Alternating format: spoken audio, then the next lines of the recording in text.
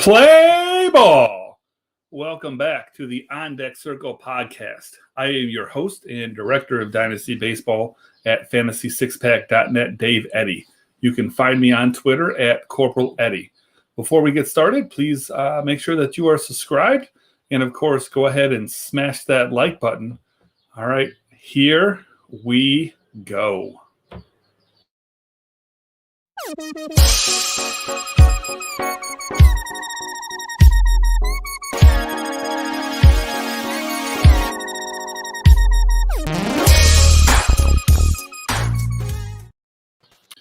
So, guys, after last week's episode, somebody gave me a hard time about that music that we think is so funky, and they said it sounds like we got an intro to a porn.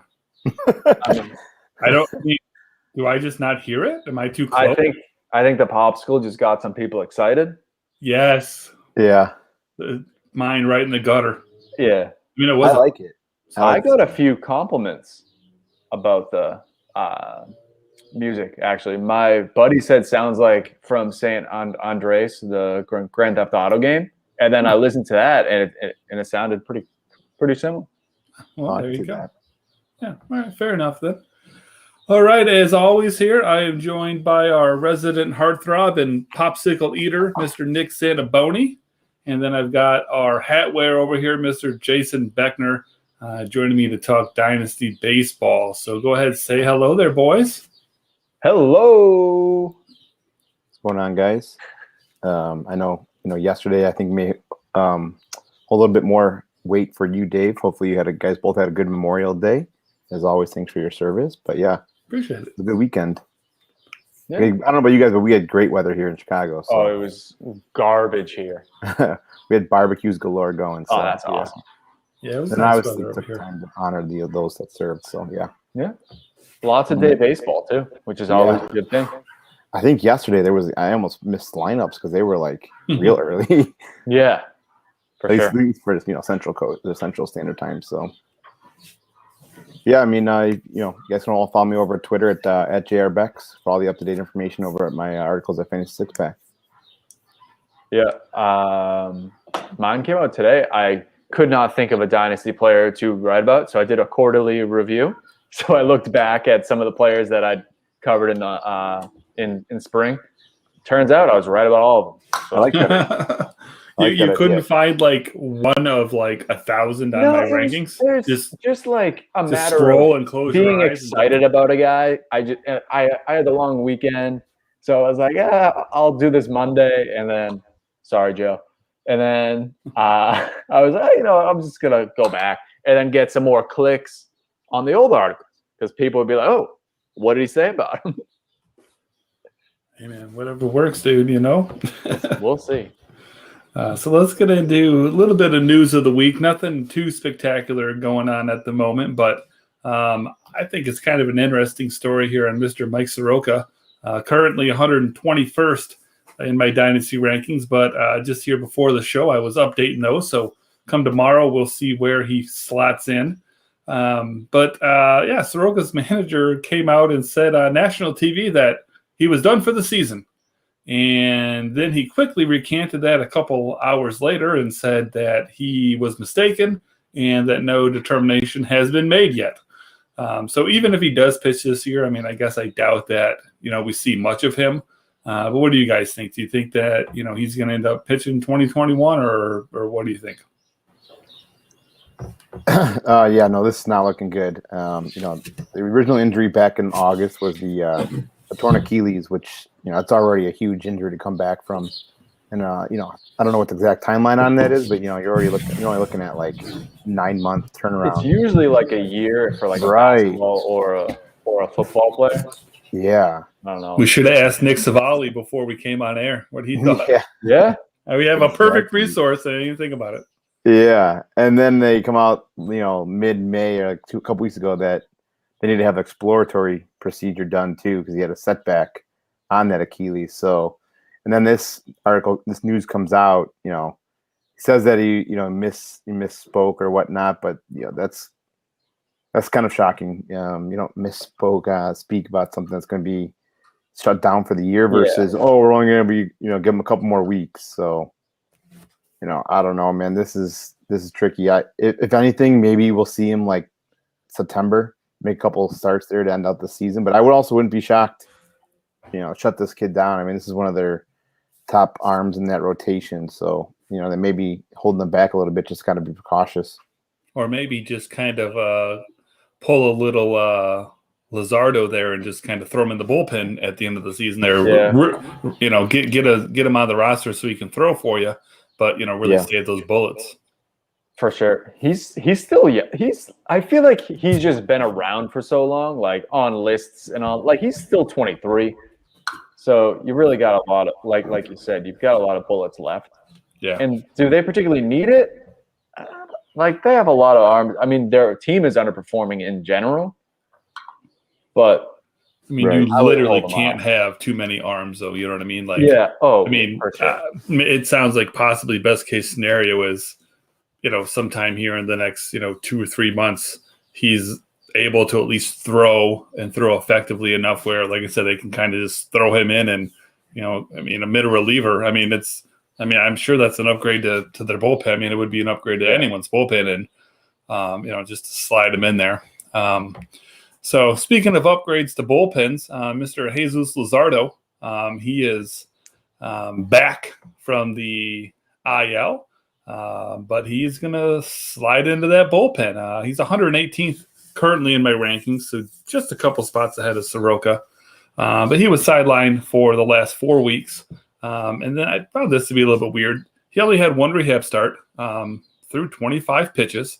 And that's, the reason that he's going into the bullpen, not coming right into the rotation. He just doesn't stretch it out. When manager Bob Melvin was asked how long he's going to remain in the pen, he said that the team is going to play it by ear. But for the time being, he is going to be a reliever and is going to be used as such. So, I mean, for me, Luzardo is one of the highest upside arms, for young pitchers in the game right now. So I'd be really surprised to see an extended stint in the bullpen. I think once he gets that arm strength worked back up, that he's definitely going to take over a rotation spot. But what do you guys think? He's obviously going to – you need him to be healthy. If you're the A's, you need him to be healthy, and you need him to be ready because you're a decent team who could make because like the AL is pretty open for the most part. You need him to be able to make a run for the sorry. It's always something with you, Nick. Yeah. That time was my watch. You need him to be healthy to make a run. And for your fantasy team to make a run, you need him to be healthy. So if this is what you have to do is put him in the bullpen till August, and then he's ready for your stretch run and ready for the A's stretch run, it's all you can ask for. So I think Melvin needs to be careful, like treat with kid gloves, because he's not the most healthy pitcher in the world anyway. So that's all I got. But actually, no. I have a funny Jesus Luzardo story. Okay. Does it involve a popsicle? Nah.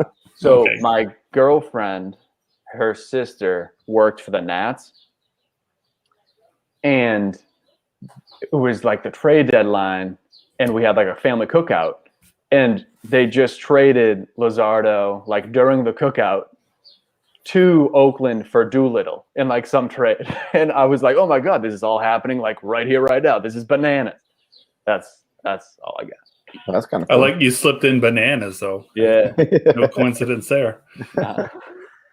Yeah, I'm actually just shocked that they didn't give him just a couple more starts, down in the minors. They gave Did he have any? Yeah, 1.2 innings. One Oh. appearance for 1.2 innings. And, if you listened to my intro, Nick, you would have heard me talk about his one start with 25 pitches, but don't worry about it. Sorry, Yeah. check my Celtics score. And yes, I mean that was kind of shocking too. They obviously must have been desperate for a bullpen arm or something, because I mean they like Nick said, they are they're in first, but Houston's right there on their tail. So obviously I don't know, maybe they thought they needed him out of the pen, but yeah, I mean it's only a matter of time. I mean they got James Caprillion, or however you say it. Caprillion, yeah. He came up and has been pretty decent right now as a number 5, but he's obviously nowhere near the upside of Luzardo. So I think it's just a matter of time, like we said. Luzardo's back in there, obviously competing in that rotation. you got to make sure that we don't disrespect my man Cole Irvin. You got to throw his name in there too. So, True. Yeah. if anyone in the 30 Rock chat knows that, it's a daily Bartolo Colon and a daily Cole Irvin comment for me. So, Yeah. But like Jason was saying, though, I mean, at first I thought it was kind of weird that, they just didn't ramp him up, down in the minors, and he comes up and he's ready to go. Like, that's normally how things work. But then as I sat there and I was thinking about it a little bit, I thought, I guess there's really no harm in letting him stretch out while he's in Oakland and still able to, throw an inning or two here and there, and then, get in his work between games, after game, whatever. So I guess it kind of makes sense. They probably aren't going to use him a lot out of the pen. I would imagine he's going to take 2, 3, maybe 4 weeks to get stretched out.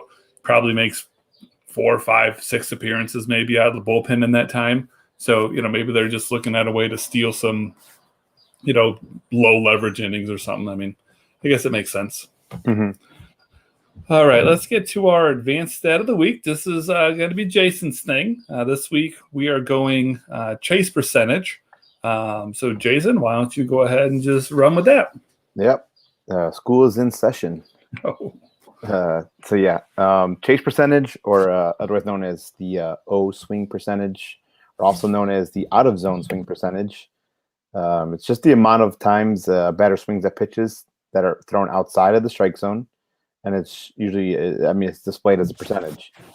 The good thing about this is that it falls under the plate discipline category, and it's just like another stat that you can correlate it to, either striking out or also on base percentage for walks and whatnot. So I like to use it to see if guys are, if it's like a prospect, if they're overmatched, if they're striking out a ton, is it because they're swinging at sliders down in the dirt?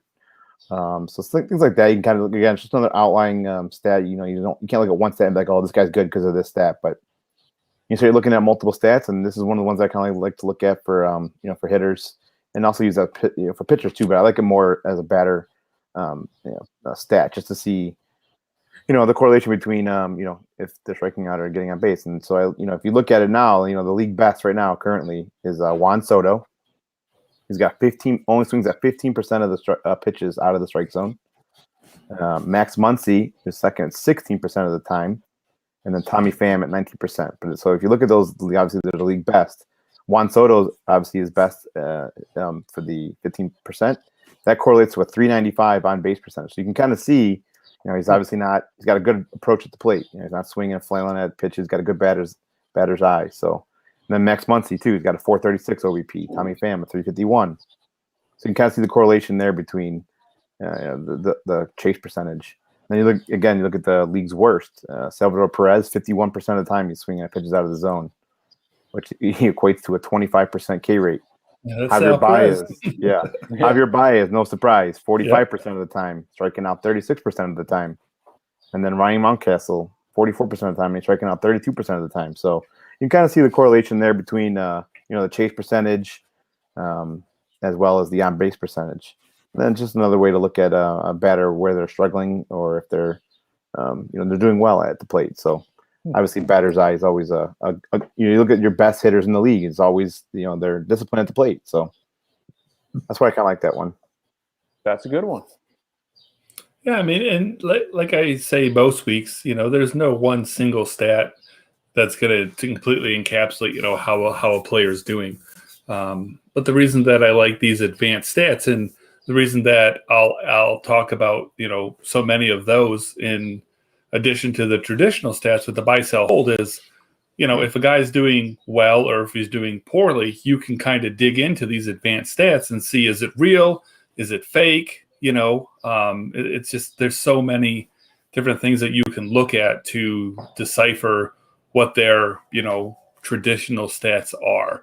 And so this is, obviously another good one. I mean, it like Jason said, it's basically about, either how disciplined are they, or maybe it's just their lack of aggression sometimes too. I mean, you could theoretically have a really good chase percentage if you're just kind of not really swinging at a whole lot of balls theoretically. But I mean, that's probably more of like a minor league thing. Like,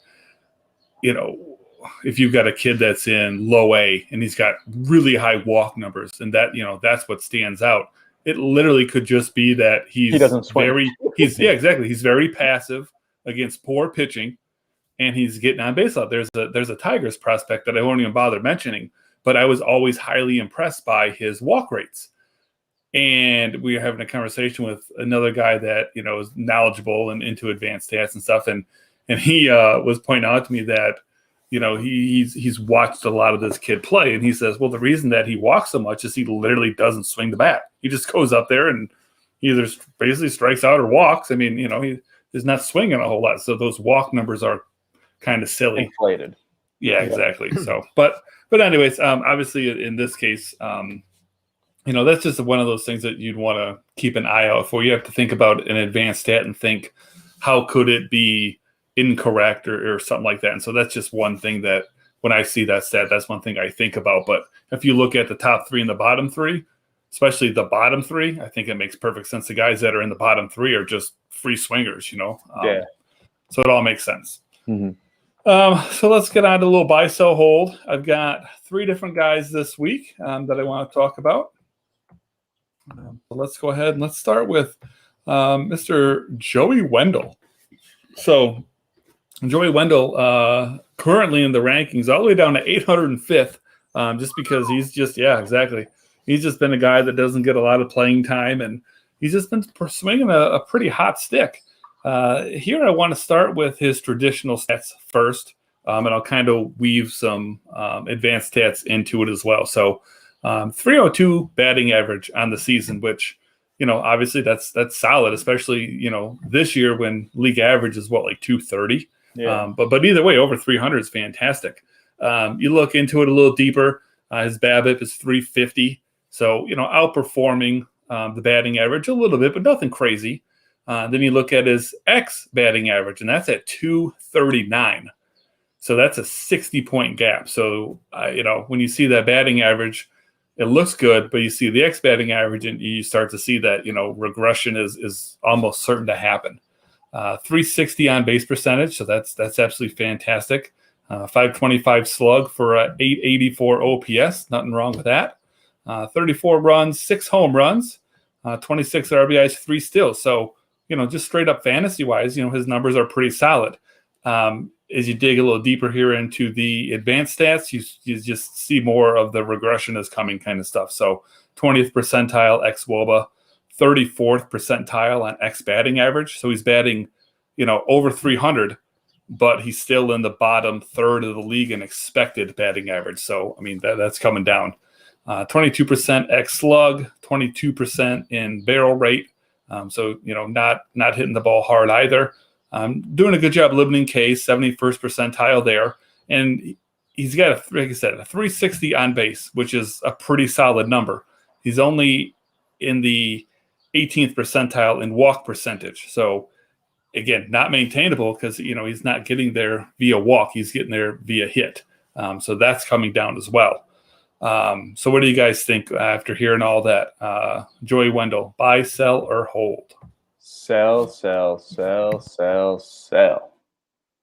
The only thing that's enticing to me about Wendle is just, at least in probably the majority of leagues, he's got second, third, and shortstop. It's always great to have the multi-eligibility guys, but you got Wander coming up. He's going to be losing at bats. You got Vidal Brujan coming up. Yeah. He may play outfield, but. And this is a bad word in dynasty circles. He's 31. Mm-hmm. He's old. He's not young. How about that? He's not young, yeah. But it's just a matter of he's probably not gonna get you much just because he's a utility guy. If he's your starting shortstop, your team's not good. Yeah, and Wander's going to be up sooner and later. He very well might just take Diaz's spot. Vidal Brujan, like I said, he's going to be up. He's probably going to slide out to the outfield. I mean, if Wendle keeps hitting 300, they're going to find a place to play him. But I don't think he can. Well, like I said, you look at the advanced stats, and it doesn't make sense that he would keep that up. It would make sense he's going to when you look at the advanced stats, you would say if he was batting, 260, that would make some sense. Yeah. And then that's going to drop his on base, 40 points. And now we're looking at a 325. And then now it all starts to make sense. So, I think you can expect to see that. Yeah, I agree with both of you guys. It's time to sell. I mean, he already has 6 home runs. He's never had more than 7 in a season. Yeah. Both his exit velo and his hard hit rate are in the bottom third of the league. His WOBA, it's 378, but his ex-WOBA is down to 295. So clearly he's getting a little bit of luck, and like you said, he's getting a lot of those hits are in play that he's getting a little. I didn't look at his BABIP, and it's not an alarming rate, but he strikes out 20% of the time. BABIP is 350, so that's not crazy out of line. But everything else is, that's why again you don't look at one particular thing. You look at a variety of things. Yeah, and his splits are ugly. He's awful against lefties. He's hitting 180 against lefties. So. Oh wow. Yeah. Sell him. All right. Next up here we got Mr. Adam Frazier. So currently 453rd in my ranks, but like Wendle, kind of due for a bump, I would think. And same thing here. I want to start with traditional stats. So right now he's batting 322. That's good for third best in baseball. His BABIP is at 368, so not too crazy, but a little bit out of line there. And his batting average is at 298, so a little bit better shape than what Wendle was, but still according to those stats, a little bit inflated. 391 on base percentage, which doesn't really coincide when you look. He's 27th percentile in walk percentage, so that's going to be expected to come down. 28 runs, 2 home runs, 18 RBIs, 3 stolen bases to round out traditional stats. And now we start looking at, more of the advanced stats. 54th percentile ex-WOBA, 93rd percentile batting average, ex batting average. So, his 322 average is fairly justified there, whereas Wendle's, it just didn't line up. But when he, is making contact, sure, he's getting hits, but, what's he doing with them, right? 31 percentile X slugging, 2 percentile in barrel rate, so he is not barreling up anything. He's not striking out, though, 98th percentile in K percentage. So he's hitting the ball, he's not striking out, he's getting the ball in play, not doing a lot of damage. But, for someone that's second base eligible, which is kind of a dead zone, in fantasy right now, I mean, he's definitely providing you more than what Joey Wendle does. So what do you guys think on Adam Frazier there? Buy, sell, or hold? Yeah, I think for the reasons you said, mostly just because he's second base eligible, I'm going to buy him.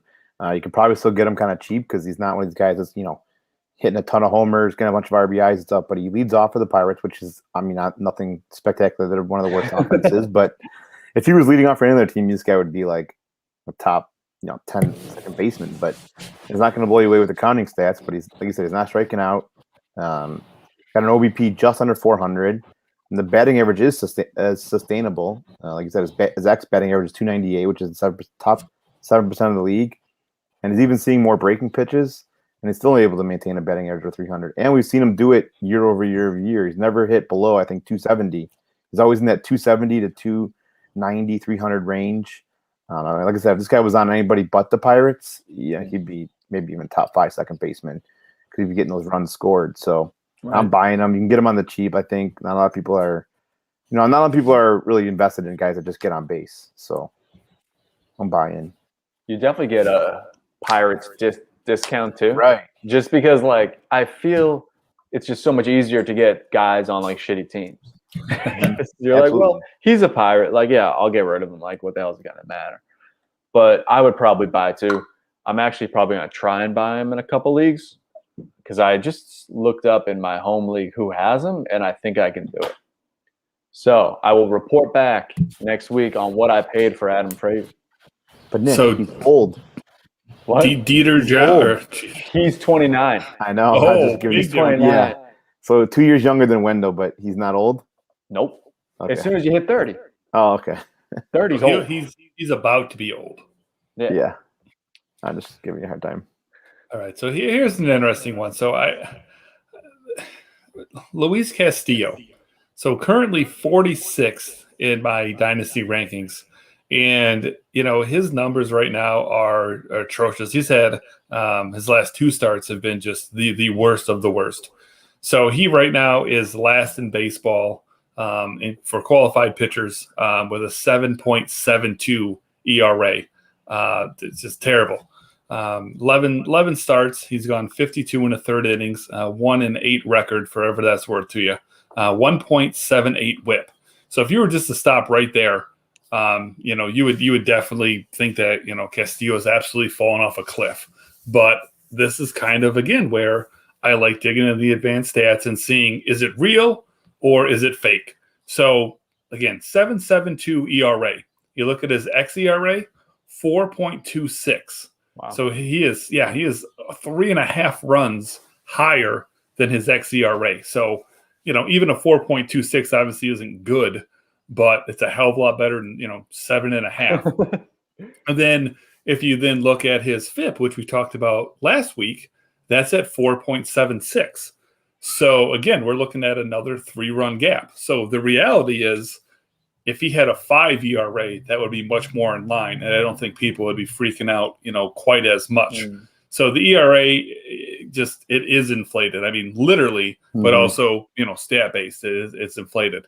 And then you start digging into just more of the basic advanced stats that we normally talk about.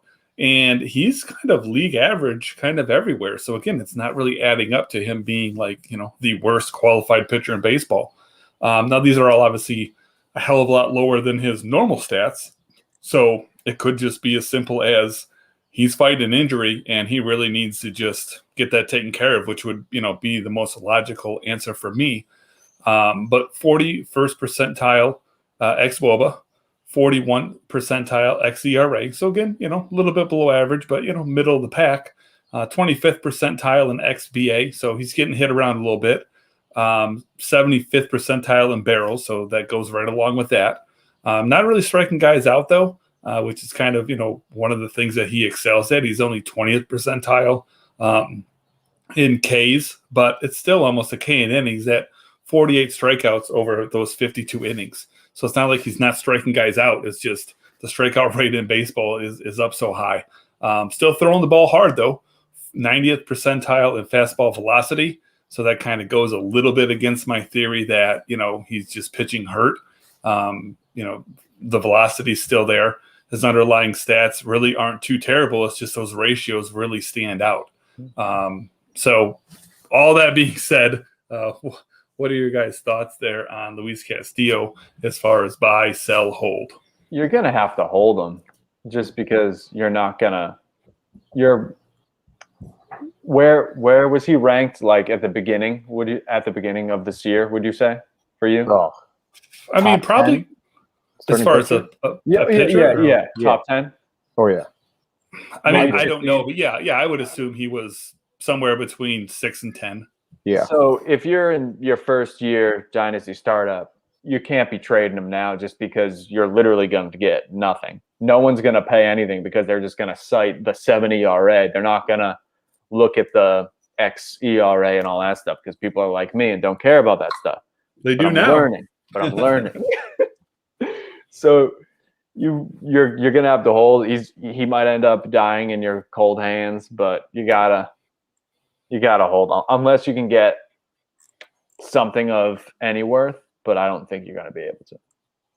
It's tough to say. I mean, I guess it just depends, I mean, it's literally an example though of how quickly values can change, I mean, this guy to a lot of people probably was a, I don't know what, top 25, top 30, asset. Yeah. And then even with, my recent rankings, I had him at 46. I don't know what he sits at here now when I have my update. I know I dropped him a little bit, but the reality is I think one of two things is going to happen. I think either A, he's going to slowly or maybe semi-quickly round back into form and, kind of get back to the guy that he, has been for years, or he's just straight up hurt. And he either just needs something, to be done, and he's going to, miss a chunk of the year, or like everybody else, Tommy John time, and we'll see him in 2023. I think it's going to be one extreme or the other. I think he's either going to get back on track or he's just going to be out for a long time. Correct. I don't think that this is going to continue. It just this doesn't make sense. Yeah. Either one of the other two options to me makes sense. Yeah, you have to hold him. I mean, this guy, like we were talking about already, he's been a verified ace in the past, and this guy is the biggest head scratcher I think of the season. Like we said, he was super highly touted coming into the season, and now he's just been like one of the worst starting pitchers. The worst, in fact, but I mean, Yeah. arguably. And now I dig into this guy. I've done it multiple times. I own him on a couple leagues, and it comes down to the changeup. Yeah. He was relying on it so heavily. He was getting so many swing and misses on it. And I think hitters have made the adjustment. Both his whiff percentage and put away percentage on the changeup are down significantly. And, again, I'm not sure what you're going to get in return for him if you try to sell him. So I think you have to hold him. And then if you do hold him, and like you said, he comes back and rebounds quickly, now you have a pocket ace up your sleeve for a stretch run that you weren't even using basically in the first month and a half of the season. So you have to hold him. That's all you can do. Has he reached the point where you can't start him? Oh, he's on my bench. Yeah, it's. I guess it depends on your. Well, it depends, I suppose. But when it comes to guys like that, though, I would rather them implode my ERA for like a week than me miss out on something really good. I mean, it's entirely possible that he goes out, his next start and throws no hitter. Right. Well, Yeah, yeah, he's a mediocre pitcher now, and that's all that happens. Yeah, in a weekly head-to-head categories league, I sit him. I have sit him almost based on week one. Wow, that's crazy. It really just depends on, I think, on your league. But yeah, I think more than not, most people will probably lean towards, having to sit him at this point, I think. But I mean, I don't think you could. I mean, even if you have him in like TGFBI or something, right? I don't know that you could drop him. I think that'd be just lunacy. Right. I mean, if you did, I mean, the bidding on him would go crazy. It'd be Alex Manoah all over again this week. The bidding on it. I mean, God, when I actually in my league, Patrick Corbin became available, and he went for like 200 and some odd dollars the next week, and he was in the middle of just being god awful terrible. And he's not half the pitcher. He's not half the pitcher that Castillo is. Yeah. So. All right, boys, what do you got for final thoughts before we wrap this bad boy up? The only thing I got to say is keep those gifts coming, Nick. You need some more of those trio gifts for the On Deck podcast. If I can do that weekly. I think. Yeah, do it. I love it. A weekly GIF. Oh, yeah. Well, yeah, tell you what, you'll have to take a look here at Nick's Twitter handle there and go check out and see what we're talking about. Go on to Nick's page, and there's a little bit of a little something that he put together for us. He kind of started off creepy because he texts us. He goes, "Hey, I need a picture of you guys," and I was like, "Because your Twitter ones were too small, so I needed like actual photo." Oh, gotcha. I mean, that's the same one I sent, but I was like, I don't know if this is going on like Pornhub. Yeah. Or I don't know where this is gonna head, but I trust Nick. I trust Nick. Should you? I trust him with my likeness. Yeah. I'm really just face scanning you to like steal your identity. Yeah. Good luck. The GIF was just a sham. It was funny, so either way, I'm laughing. Yeah, keep them coming. Good. I've got nothing really. I'm getting a dog on Friday. No, Saturday. Nice. She has 3 legs. I can't wait. Make sure you shut it up on Tuesday nights. Yeah, I know. It's a beagle too, so it's going to be howling for you. Oh boy. So we'll find out next week. Get the popsicles ready for the dog. the dogsicles. Yeah, there you go.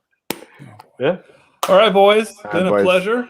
Yep. And wait a minute. I've just been given some advice here. Never trust someone wearing green. I guess I messed up. I shouldn't have trusted you with that. But it was worth it. All right, gents. All right, man. See you next week. See you next week. See